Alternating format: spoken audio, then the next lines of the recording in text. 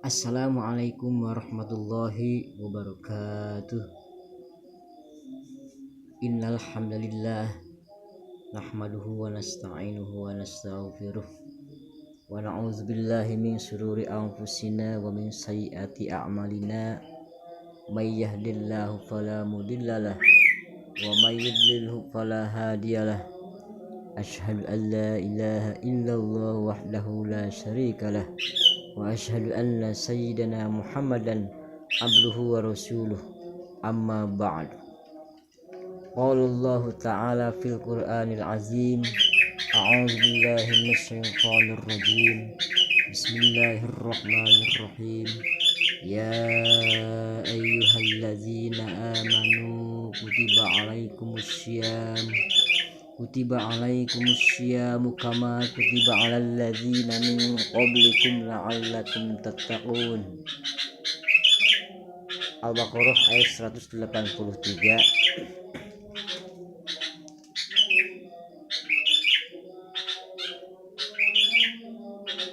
Summa qala Allah ta'ala fil Qur'anil azim. A'udzu billahi minasyaitonir rajim. Bismillahirrahmanirrahim. Ya ayyuhalladzina amanu taqullaha haqqa tuqatih wa la tamutunna illa wa antum muslimun. Mari kita panjatkan puji syukur kehadrat Allah Subhanahu wa taala anu mana alhamdulillah dina dangat ayeuna urang sadayana Allah Subhanahu wa taala masih dipaparin kesempatan kanggo ngalaksanakeun kewajiban urang ka Gusti Allah Subhanahu wa taala.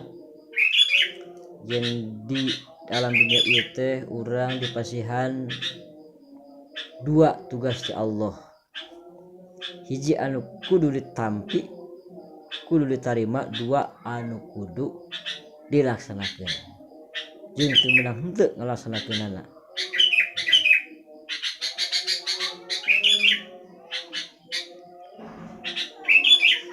Aya anu ka dieu, delena ka dieu. Oh, nih jadi delena. Bapak nuju ceramah sekelas dieu. Ada yang dikatakan dengan pemberian Allah itu adalah hak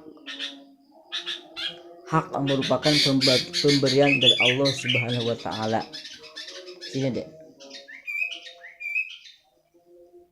Jadinya ke sini deh. Apa itu hak yang Allah berikan kepada kita? Yang pertama adalah hak hidup dari Allah Subhanahu wa taala.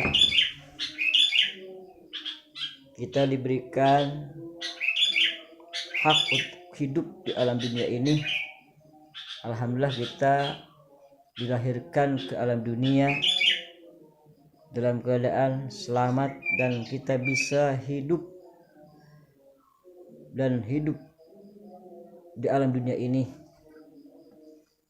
yang memang Allah sediakan untuk manusia. Dan ingat, tugas kita ke alam dunia ini adalah bukan untuk bermain-main, bukan untuk berleha-leha, bukan untuk menghabiskan waktu hiburan begitu saja, tapi sesuai dengan yang Allah firmankan dalam Al-Quran.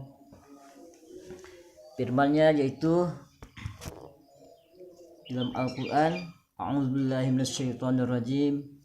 Bismillahirrahmanirrahim.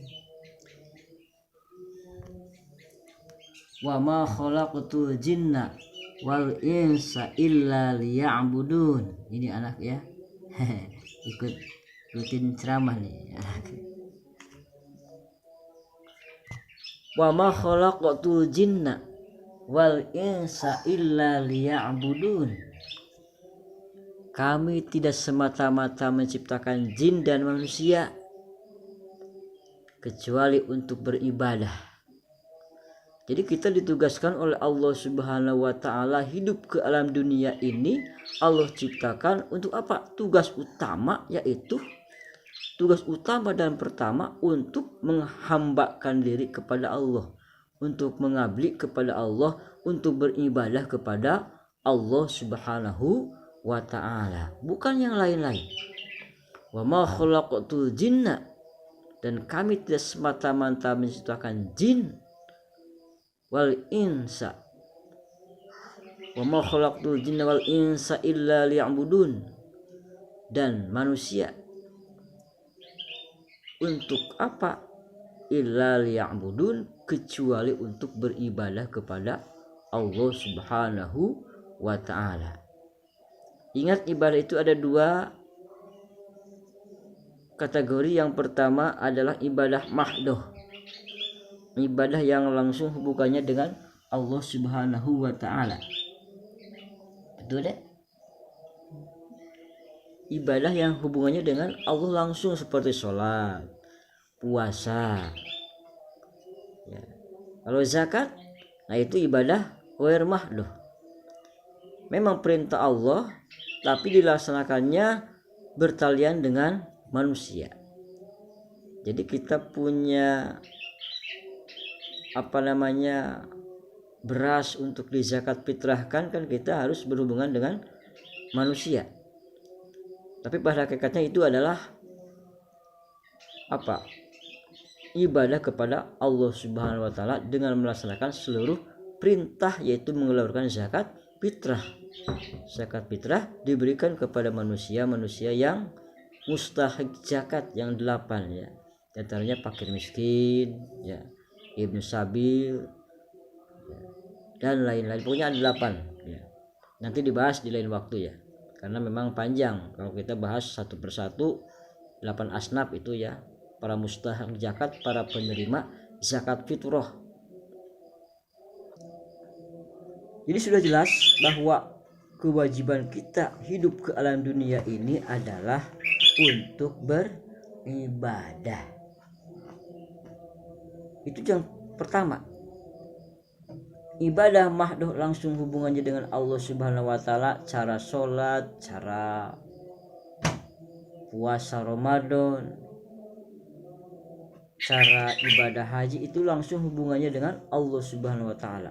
Sedangkan hubungannya sama manusia, ibadah ghair mahdoh, ibadah yang secara tidak langsung, yaitu seperti hanya zakat, infak, sedekah, kemudian jual beli ya, itu kan juga sama dengan, memang dalam fikih ada itu jual beli ya. Bagaimana seorang yang akan membeli, bagaimana apa yang harus dikerjakan bagi pembeli, bagi penjual ya, itu kan ada ilmu-ilmunya. Biasanya penjual harus jujur, katakan bahwa barang itu baik, katakan bahwa barang itu sudah masak, jangan sampai curang dalam berdagang. Jangan yang barang dikatakan jelek baik, atau sebaliknya, ataupun mengurangi timbangan, itu yang dilarang dalam agama Islam ya. Harus seimbang.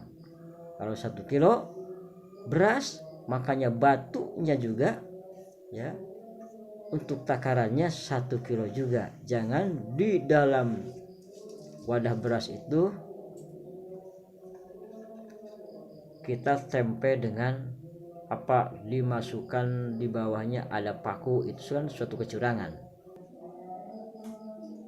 Jadi ibadah ghair mahdoh juga itu pada hakikatnya adalah ingin mendapatkan ridho dan pahala dari Allah Subhanahu wa ta'ala kalau Allah telah memerintahkan. Seperti hanya kita membantu orang yang sedang membangun rumah, itu kan kalau niatnya kita ibadah menjadikan pahala, akan Allah berikan pahala. Kemudian juga membangun jalan, memperbaiki jalan, kita ikut membersihkan jalan juga, itu sama ibadah ghair mahdoh, ibadah yang memang tidak langsung kepada Allah, tapi pada hakikatnya itu ingin mendapatkan pahala dari Allah Subhanahu wa ta'ala dan perintah. Jadi di sini tugas kita adalah harus menyeimbangkan antara hak dan kewajiban. Hak hidup di alam dunia. Berikut rizkinya yang Allah berikan kepada kita, baik yang ada di laut, kebun, udara, dan di dalam perut bumi sekalipun, itu adalah rizki yang Allah sudah sediakan. Tinggal kita pandai mencari dan mengolahnya. Sedangkan di samping itu kita wajib untuk melaksanakan seluruh perintah-perintah Allah dan menjauhi larangan-larangannya. Jadi harus seimbang antara hak dan kewajiban. Hak sebagai warga negara Indonesia, kita harus mengamalkan seluruh Pancasila. Itu kewajiban kita lah mengamalkan seluruh Pancasila. Dan haknya adalah kita mendapatkan perlindungan dari rongrongan orang-orang asing. Hak adalah kemerdekaan juga, itulah hak yang Allah berikan kepada kita atas berkat rahmat Allah dan didorongkan dengan keinginan yang luhur, maka Barat Malaysia berhak untuk mendapatkan suatu kemerdekaan, bebas dari seluruh bentuk penjajahan. Sebenarnya kita belum bebas. Secara penjajah memang bebas, tapi ada orang-orang yang ingin menjajah kepada kita dari segi akhlaknya, dari segi tayangan-tayangan di televisinya itu kan menjajah sebenarnya generasi-generasi penerus kepada anak-anak kita, anak cucu kita, itu merusak. Makanya harus pandai memilih. Makanya dalam televisi ada RBO, harus bimbingan orang tua, harus dibimbing anak ketika menonton film tersebut. Kebanyakan orang tidak pada tahu itu apa itu BO. B itu kan bimbingan orang tua. Itu supaya anak-anak itu tidak tersesat dan terarah tentunya. Jadi yang selalu menjajah ke dalam diri kita itu adalah hawa nafsu.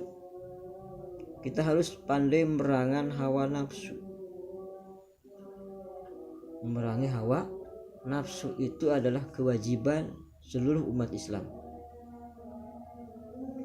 Kita dalam melaksanakan ibadah puasa menahan diri dari makan dan minum di siang hari, dari pagi sampai petang hari, dan yang terpenting di sana adalah menahan hawa nafsu atau mengendalikan hawa nafsu.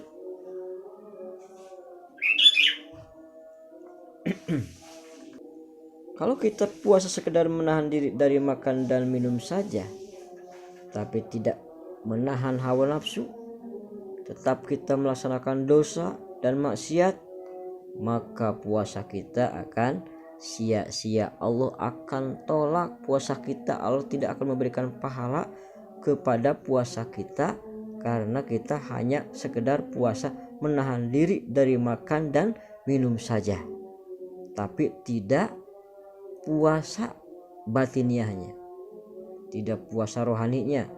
Mata tidak puasa, mulut tidak puasa, telinga tidak puasa, tangan tidak puasa, kaki tidak puasa, hati tidak puasa, maka sia-sialah orang tersebut tidak akan mendapatkan pahala. Cek istilah Sunda mah capek gawe teu kapake.